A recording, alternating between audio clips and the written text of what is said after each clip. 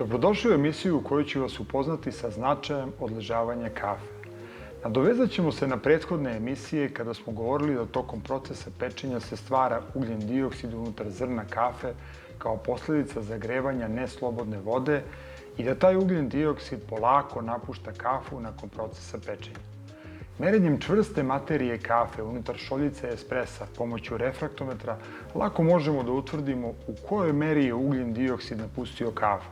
A ukoliko nemate refraktometar, onda jednostavnim posmatranjem pripremanja espresa možete da primetite ukoliko postoje baloni, odnosno mehuri, znači da je ugljen dioksid ostao zarobljen u vašoj kafi.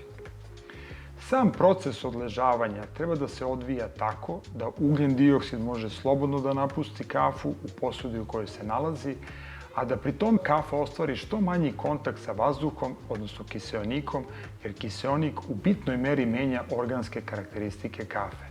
Verovatno ste imali prilike da primetite ambalažu u kojoj se nalazi kafa koja je pritom naduvena. To zapravo znači da je kafa zapakovana pre nego što je ugljen dioksid u potpunosti napustio kafu. Dužina odležavanja kafe zavisi od njenog tipa, ali i od načina pečenja. Kod arabike iz sopstvenog iskustva, a i na bazi laboratorijskih ispitivanja, mogu vam reći da ispuštanje ugljen dioksida traje od 2 do 4 dana, dok kod robuste ispuštanje, odnosno napuštanje ugljen dioksida iz zrna kafe traje od 7 do 10, nekad i više dana.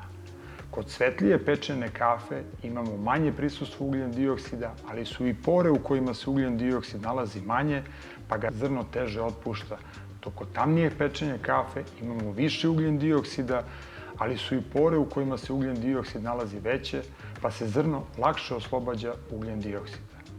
Podelit ću sa vama jedno zanimljivo iskustvo, a to je da kada pripremate espresso kafu, ukoliko primetite mehure, pokušajte da sameljete kafu.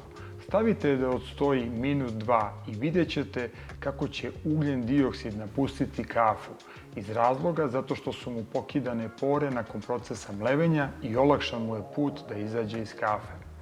Nakon toga pripremite kafu i vidjet ćete da vaš espresso, odnosno njena krema, nemaju mehure ili balone. Sam ugljen dioksid daje zemljani, često i ljut ukus kafi, zato je jako važno sprovesti proces odležavanja pre same pripreme kafe. Ja ću vas kao i do sada pozdraviti onim dobro poznatim sloganom: izbori se za ukus i probaj pržioničar kafu.